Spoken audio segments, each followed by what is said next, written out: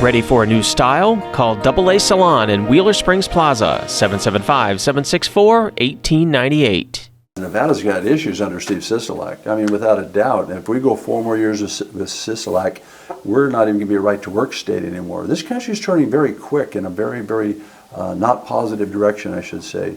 So I think we need to have some leadership that's got good values and common sense and has been in business and understands the political arena a little bit and has been very successful in those locations, and that's me.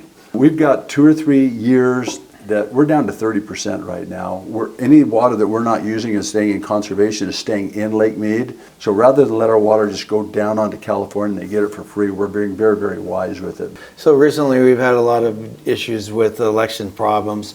What's your thoughts on the election and problems recently that we had? Yeah, I wasn't in that cycle. I just voted like everybody else did. So, and I never had any irregularities in my life. But I will tell you, I have enough people like you that are friends that are pretty smart. They had 5 or 6 ballots delivered to them, and they didn't turn them in, of course, but I do believe that this election will be the most watched election ever. And I will tell you, in this country, Vern, there's 3 things that we still do. We put our hand over our heart for the Pledge of Allegiance, we stand for the national anthem, and we vote. Those are the 3 things that make us feel like, we pledge allegiance to this country. If voting isn't considered safe, then we don't have a safe country. And we need to make sure we have a leader up there who's watching out and protecting our state and calling things out and checking things. Why are we paying such high prices? The small business is the backbone of your whole economy in this area.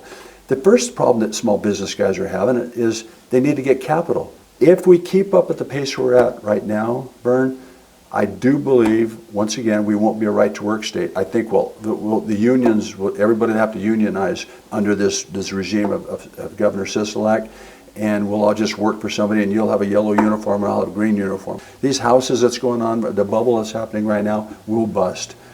So we have to have jobs that you produce something here and get sent somewhere else, because you can't count on this gaming, tourism, and hospitality anymore.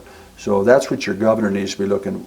When North Las Vegas hired me, they didn't hire me to figure out how many street lights can I get fixed, how many potholes need to be fixed. You hire John Lee to know where we'll be 10 years from now, and that's what we'll do at the state. And I took the bond ratings from junk, all 3 rating agencies up to A in 7 years.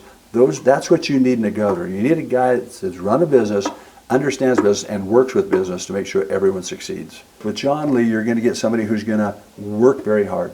I'm the mayor of the 3rd largest city in the state of Nevada. I've never heard from Governor Sisolak. He's never called me up and said, I'm thinking about shutting down schools. I'm thinking about shutting down churches. What do you think? I never get a question from him. He calls California, what are you guys doing? And he just does that.